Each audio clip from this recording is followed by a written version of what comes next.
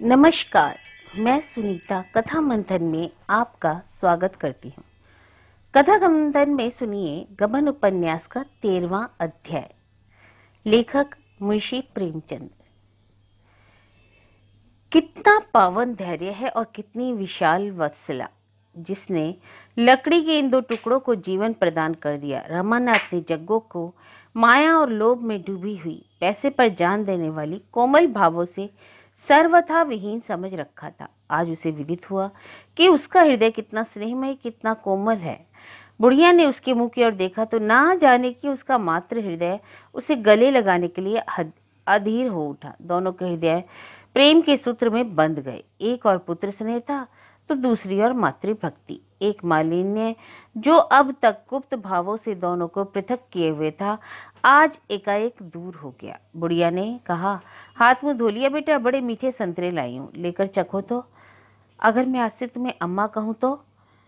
बुढ़िया के शुष्क ज्योतिहीन ठंडे कृपण नेत्रों से मोती के दो बिंदु निकल पड़े।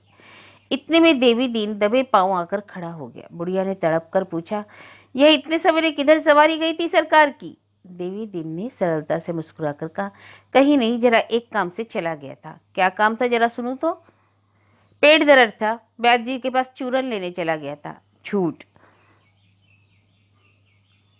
उड़ो उससे जो तुम्हें जानता ना हो। चरस की टोह में गए थे तुम? नहीं, मैं तेरे चरण छूकर कहता हूँ, तू झूठ मूठ बदनाम ना करिया कर। तो फिर कहाँ गए थे तुम? बता तो दिया। रात खाना 2 कौर ज्यादा खा गया था, सो पेट फूल गया और मीठा मीठा।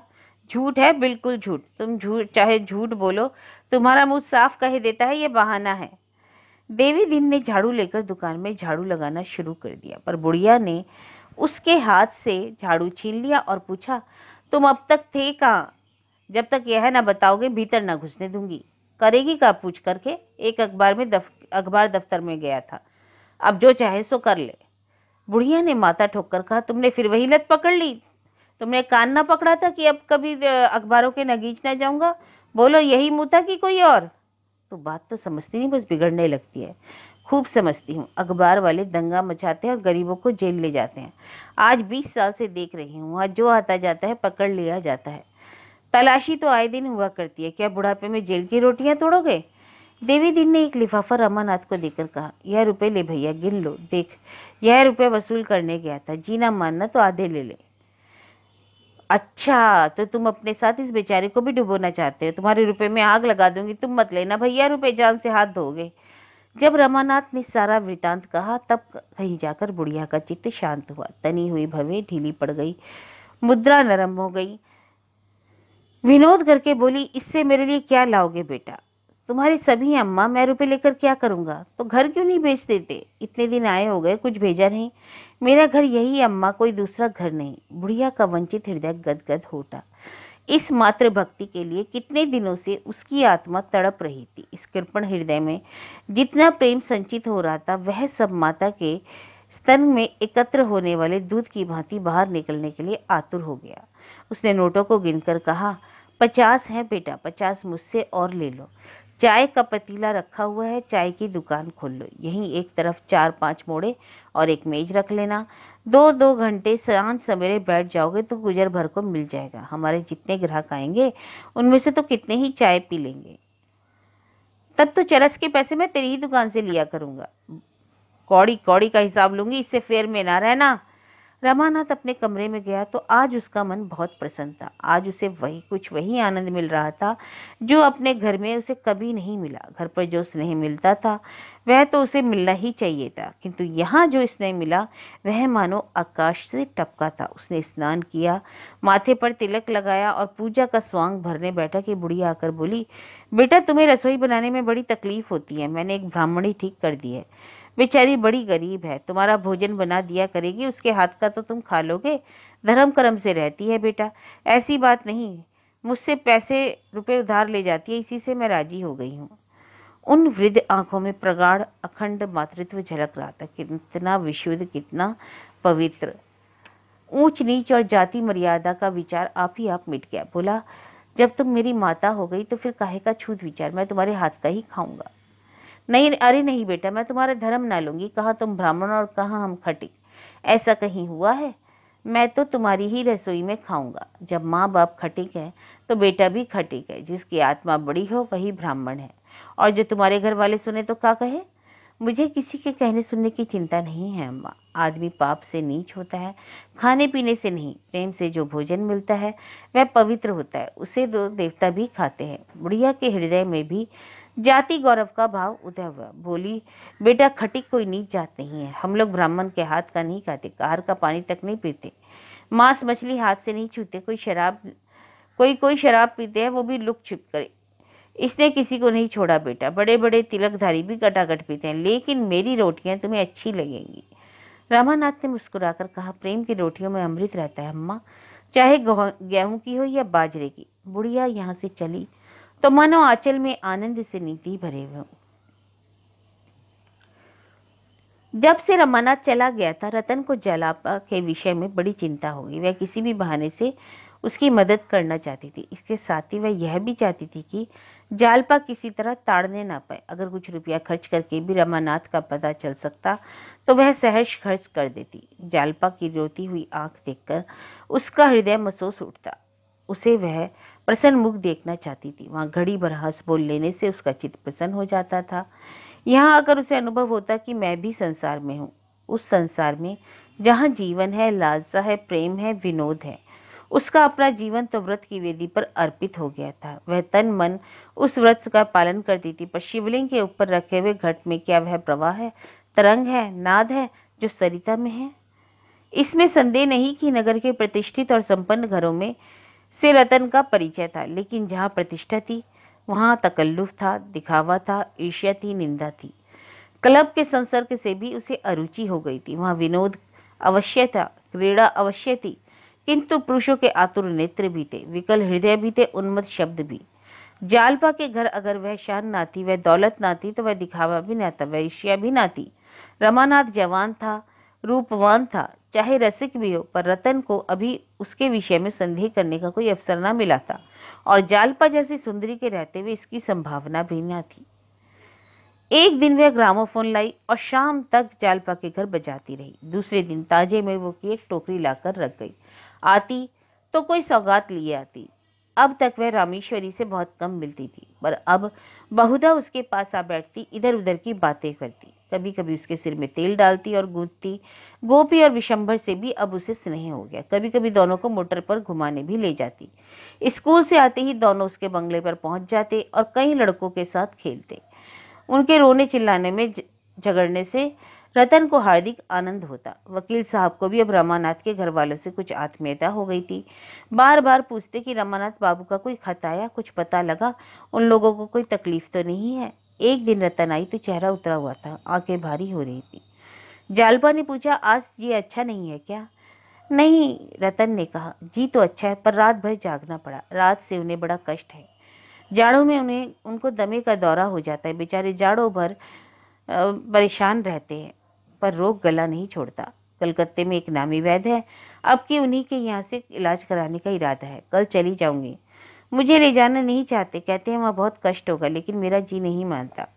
कोई बोलने वाला भी तो होना चाहिए। वहाँ 2 बार हो आई हूँ, और जब तब गई हूँ बीमार हो गई हूँ। मुझे वहाँ जरा भी अच्छा नहीं लगता, लेकिन अपने आराम को देखी हूँ या इनकी बीमारी को। बहन, कभी कभी ऐसा जी उब जाता है कि थोड़ी सी संख्या खाकर सो रहा हूँ। विधाता से इतना भी नहीं देखा गया। अगर कोई मेरा सर्वस्व लेकर भी इन्हें अच्छा कर दे तो इस बीमारी की जड़ ही टूट जाए, तो मैं खुशी से दे दूंगी। जालपा ने संशंक होकर कहा, यहाँ किसी वैद्य को नहीं बुलाया? यहाँ के वैद्यों को देख चुकी हूँ बहन, वैद्य डॉक्टर सबको देख चुकी। तो कब तक आओगी? कुछ ठीक नहीं, उनकी बीमारी पर है। 1 सप्ताह में आ जाऊँ? महीने 2 महीने लग जाए क्या? ठीक है, मगर जब तक बीमारी की जड़ न टूट जाएगी ना आऊंगी। विधि अंतरिक्ष में बैठी हंस रही थी। जालपा मन में मुस्कुराई। जिस बीमारी की जड़ जवानी में न टूटी, बुढ़ापे में क्या टूटेगी? लेकिन इस सदिच्छा से सहानुभूति न रखना असंभव था। बोली, ईश्वर चाहेंगे तो वहां से जल्दी अच्छे होकर लौटेंगे बहन। तुम चलोगी तो बड़ा आनंद आता। क्या चलूं बहन, जाने भी पाऊँ? यहाँ दिन भर यह आशा लगी रहती है कि कोई खबर मिलेगी। वहाँ मेरा जी और घबराया करेगा। मेरा दिल तो कहता है बाबूजी कलकत्ते में है, तो जरा इधर उधर खोजना, अगर कहीं पता मिले तो मुझे तुरंत खबर देना। यह तुम्हारे कहने की बात नहीं है जालपा। हाँ, अवश्य रोज नहीं तो अंतरे दिन जरूर लिखा करूंगी, मगर तुम भी जवाब देना। जालपा पान बनाने लगी। रतन उसके मुंह की ओर अपेक्षा के भाव से ताकती रही, मानो कुछ कहना चाहती है, संकोचवश नहीं कह सकती। जालपा ने पान देते समय मन का भाव ताड़कर कहा, क्या है बहन, क्या कह रही हो? रतन, कुछ नहीं, मेरे पास कुछ रुपए हैं, तुम रख लो, मेरे पास रहेंगे तो खर्च हो जाएंगे। जालपा, और जो मुझसे खर्च हो गए तुम्हारे ही हैं बहन, किसी गैर के तो नहीं। जालपा विचारों में डूबी हुई जमीन की तरफ ताकती रही, कुछ जवाब ना दिया। रतन ने शिकवे के अंदाज में कहा, तुमने कुछ जवाब नहीं दिया बहन, मेरी समझ में नहीं आता तुम मुझसे इतनी खिंची क्यों रहती हो। मैं चाहती हूँ कि हम में और तुम में अंतर ना रहे। अगर मान लो मेरे 150 तुमसे खर्च भी हो जाए तो बहनों में कौड़ी कौड़ी का हिसाब नहीं रखती। जालपा, एक बात कहूँ, बुरा तो ना मानोगी? बुरा मानने की बात होगी तो जरूर मानूंगी। मैं तुम्हारा दिल दुखाने के लिए नहीं कहती, संभव है तुम्हें बुरा लगे। तुम अपने मन में सोचो, तुम्हारे इस बहनापे से दया का भाव मिला हुआ है या नहीं? तुम मेरी गरीबी पर तरस खाकर।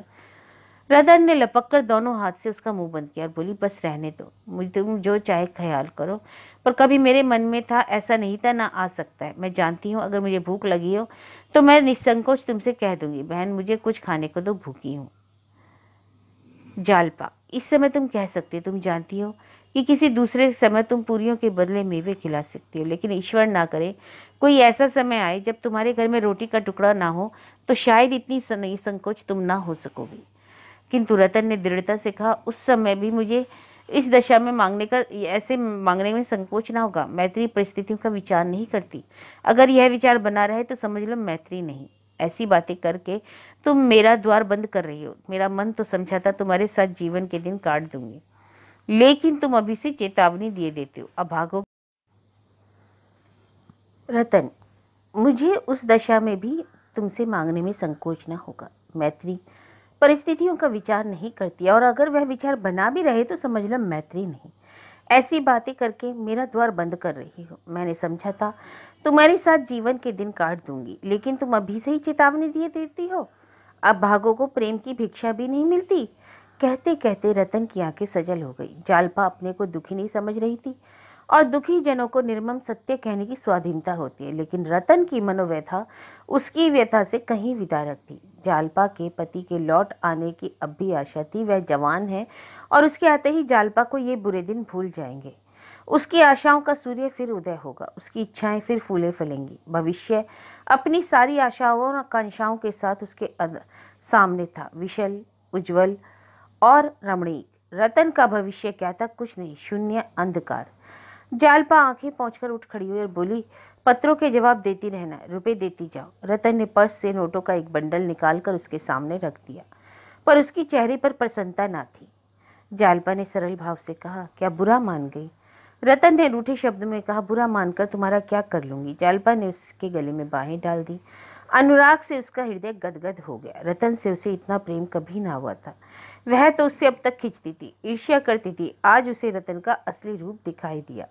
वह सचमुच ही अभागिनी है, और मुझसे बढ़कर। एक क्षण बाद रतन आंखों में आंसू और हंसी एक साथ लेकर विदा हो गई। कलकत्ते में वकील साहब ने ठहरने का पहले ही इंतजाम कर लिया था, कोई कष्ट ना हुआ। रतन ने महाराजा टीमल कहार को साथ लिया था। दोनों वकील साहब के पुराने नौकर थे, घर के से आदमी थे। शहर के बाहर एक बंगला था, उसके 3 कमरे मिल गए। इससे ज्यादा जगह की वहां जरूरत भी ना थी। होते हाथे में तरह तरह के फूल पौधे लगे हुए थे। स्थान बहुत सुंदर मालूम होता था। पास पड़ोस में और कितने ही बंगले थे।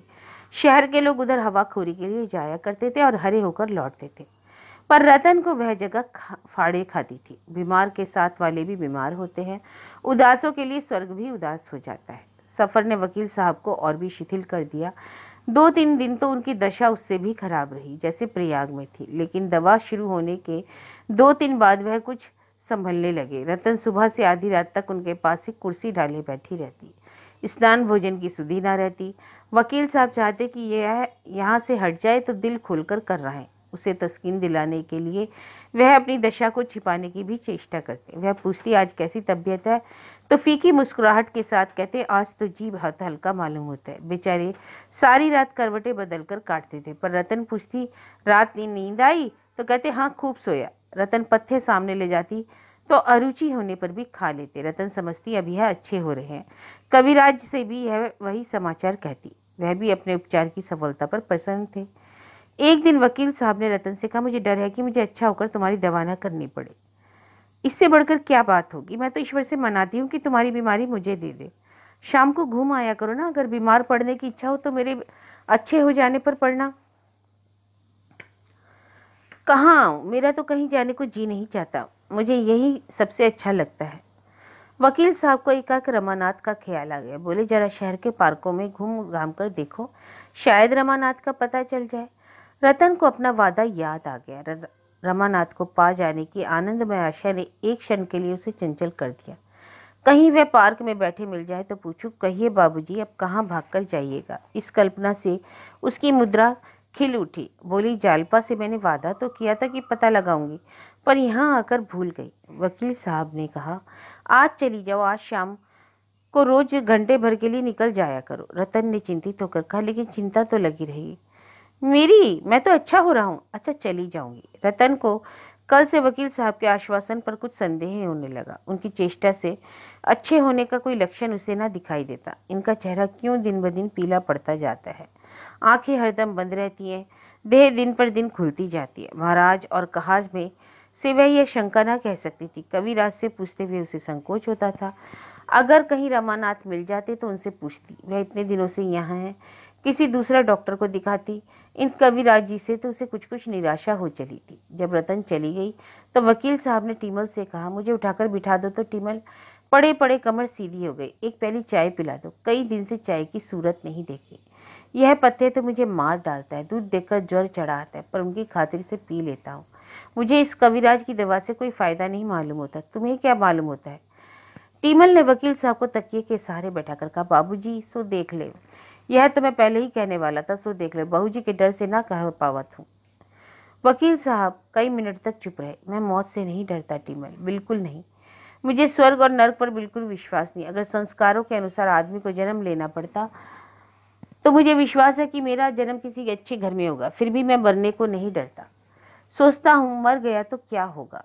बाबूजी सो तो देख ले। वे आप ऐसी बात ना करें, भगवान चाहेंगे तो आप अच्छे हो जाएंगे। किसी दूसरे डॉक्टर को बुला लाऊं? आप लोग तो अंग्रेजी पढ़े हैं, सो देख ले। कुछ मानते नहीं, मुझे तो कुछ और संदेह हो रहा है। कभी कभी गवारों को भी सुन लिया करो। वकील साहब ने मुंह फेर लिया। प्रेत बाधा का वह हमेशा मजाक उड़ाया करते थे। कई आजा से पिट चुके थे। उनका ख्याल था यह प्रवचन है, ढोंग है। महाराज ने चाय लाकर कहा, सरकार चाय ला हूं, ले आओ, अब ना पीऊंगा। तुम्हें मालूम होगा तो दुखी होंगी। क्यों महाराज, जब से आया हूं मेरा चेहरा कुछ हरा हुआ है। महाराज ने टीमल की ओर देखा। वह हमेशा दूसरों की राय देखकर राय दिया करते थे। कुछ सोचने की शक्ति इनमें ना थी। अगर टीमल ने कहा आप अच्छे हो रहे हैं तो वह इसका समर्थन करेगा। टीमल ने विरोध किया तो वह इसका विरोध करना चाहिए। उसने भाप कर कहा, हरा क्यों नहीं हुआ, जितना होना चाहिए था उतना है। हाँ हाँ जरूर हुआ है, महाराज ने भी कहा। वकील साहब ने कुछ जवाब ना दिया। 2-4 मिनट शांत अचेत पड़े रहे। कदाचित उन्हें अपनी दशा का यथार्थ ज्ञान हो चुका था। उनका दम अब ज्यादा फूलने लगा था। कभी कभी सांस भी ऊपर ही रह जाती। कौन जाने कब जीवन की अंतिम सांस हो। सहसा वकील साहब ने आंखें खोली। आंखों के दोनों कोनों से आंसू गिर रहे थे। क्षीण स्वर में बोले, क्या सिद्धू आए हैं? सिद्धू उनके बेटे का नाम था जो जवान होकर मर गया था। इस समय वकील साहब को उसकी बहुत याद आ रही थी। उसका स्पष्ट चित्र दिखाई दे रहा था। सहसा उन्होंने टीमल को कहा, यहाँ आओ, किसी वकील को बुला लाओ, जल्दी लाओ, नहीं तो वह घूमकर आती होंगी। इतने में मोटर का हॉर्न सुनाई दिया। एक पल में रतन पहुंची और वकील को बुलाने की बात उड़ गई। वकील साहब ने प्रसन्न मुख होकर पूछा, कहाँ कहाँ गई, कुछ पता चला? कहीं जगह देखा, कहीं ना दिखाई दिया। इतने बड़े शहर में सड़कों का पता तो जल्दी चलता नहीं। वह भला क्या मिलेंगे, दवा खाने का समय हो गया तो आ गई। लाओ खा लूं। रतन ने दवा निकाली और उन्हें उठाकर पिलाई। इस समय वह ना जाने क्यों कुछ भयभीत सी हो रही थी। एक अस्पष्ट अज्ञात शंका उसके हृदय को दबाए हुए थी। एकाएक उसने कहा, उन लोगों में से किसी को तार दे दूं? वकील साहब ने आंखों से देखा। नहीं नहीं, किसी को बुलाने की जरूरत नहीं, मैं अच्छा हूँ। मैं चाहता हूँ कि मैं अपनी वसीयत लिखवा दूं। जैसे एक शीतल तीव्र बाण रतन के पैर में घुसकर सिर से निकल गया। मानो उसकी देह के सारे बंधन खुल गए, सारे अवयव बिखर गए। घर से किसी को बुलाऊं? यहाँ किससे सलाह ली जाए, कोई भी तो अपना नहीं है। अपनों के लिए इस समय रतन अधीर हो रही थी। कोई भी अपना होता जिस पर वह विश्वास करती, सलाह ले सकती। घर के लोग आ जाते तो दौड़ धूप करके किसी दूसरे डॉक्टर को बुलाते। वह अकेली क्या क्या करे, आखिर भाई बंद और किस दिन काम आएंगे। संकट में ही तो अपने काम आते, फिर क्यों कहते हैं किसी को मत बुलाओ। वसीयत की बात उसे फिर याद आ गई। यह विचार क्यों इनके मन में आया? वैद्य जी ने तो कुछ नहीं कहा। क्या होने वाला है भगवान? यह शब्द अपने सारे संसर्गों के साथ हृदय को विदीर्ण करने लगा। चिल्ला चिल्ला कर रोने के लिए उसका मन विकल हो उठा। अपनी माता की याद आई। आंचल में मुंह छिपाकर रोने की शंका हुई। इतने में महाराज ने आकर कहा, सरकार भोजन तैयार है, थाली परसूं। रतन ने उसकी ओर कठोर नेत्रों से देखा। बिना कुछ कहे चुपके से चला गया वह। मगर एक क्षण में रतन को महाराज पर दया आ गई। उसने क्या बुराई की थी? उसने महाराज को बुलाकर कहा, तुम लोग आज खा लो महाराज, मुझे आज भूख नहीं है। 2 ही फुलके खा लीजिए सरकार। रतन ठिठक गई। महाराज के आग्रह में इतनी सहृदयता ने इतनी संवेदना भरी हुई थी कि रतन को एक प्रकार की सांत्वना का अनुभव हुआ। उसने पूछा, क्यों महाराज, बाबूजी को इस कविराज की दवा से कोई लाभ है? हो रहा है? कुछ कुछ तो हो रहा है, लेकिन जितना होना चाहिए उतना नहीं। रतन ने अविश्वास के अंदाज से देखकर कहा, तुम भी मुझे धोखा देते हो महाराज? महाराज की आंखें डबडबा आईं। अच्छा, यहाँ कोई ज्योतिषी मिलेगा, जरा उससे पूछते, कुछ पूजा पाठ भी करा लेते। अरे बहूजी, ये तो मैं पहले ही कहने वाला था, किंतु बाबूजी का मिजाज तो जानती हैं। सवेरे किसी को बुला लेना, सरकार चिढ़ेंगे। मैं जो कहती हूँ, कहते हुए कमरे में आई और रोशनी के सामने बैठकर जालपा को पत्र लिखने लगी। बहन, नहीं कह सकती क्या होने वाला है। आज मुझे मालूम है हुआ कि मैं अब तक मीठे भ्रम में पड़ी हुई थी। बाबूजी अब तक मुझसे अपनी दशा छिपाते थे, मगर आज बात उनके काबू से बाहर हो गई। तुमसे क्या कहूँ, आज वह वसीयत लिखने की चर्चा कर रहे हैं। मैं नहीं टाला। दिल घबरा रहा है। बहन जी चाहता है थोड़ी सी संख्या खाकर सो जाऊं। विधाता को संसार दयालु, कृपालु, दीन बंधु और जाने कौन कौन सी उपाधियां देता है। मैं कहती हूँ उससे निर्दयी, निर्मम, निष्ठुर कोई शत्रु भी नहीं हो सकता। पूर्व जन्म का संस्कार केवल मन को समझाने की चीज है। जिस दंड के हेतु ही हमें न मालूम हो, उस दंड का क्या मूल्य? वह तो जबरदस्ती की लाठी है जो आघात करने के लिए कोई कारण गढ़ लेती है। इस अंधेरे निर्जन कांटों भरे मार्ग में एक टिमटिमाता हुआ दीपक मिला था। मैं उसे आंचल में छिपाए विधि को धन्यवाद देती हुई गाती चली जा रही थी। अब वह दीपक मुझसे छीना जा रहा है। कौन मेरा रोना सुनेगा? कौन मेरी बाह पकड़ेगा? क्षमा करना बहन, मुझे बाबूजी का पता लगाने का अवकाश नहीं मिला। आज कई पार्कों में चक्कर लगाए पर कहीं पता न चला। कुछ अवसर मिला तो फिर जाऊंगे। माता जी को प्रणाम कहना। पत्र लिखकर रतन बरामदे में आई। शीतल समीर के झोंके आ रहे थे। प्रकृति मानो रोग शैया पर पड़ी सिसक रही थी। उसी वक्त वकील साहब की सांस वेग से चलने लगी।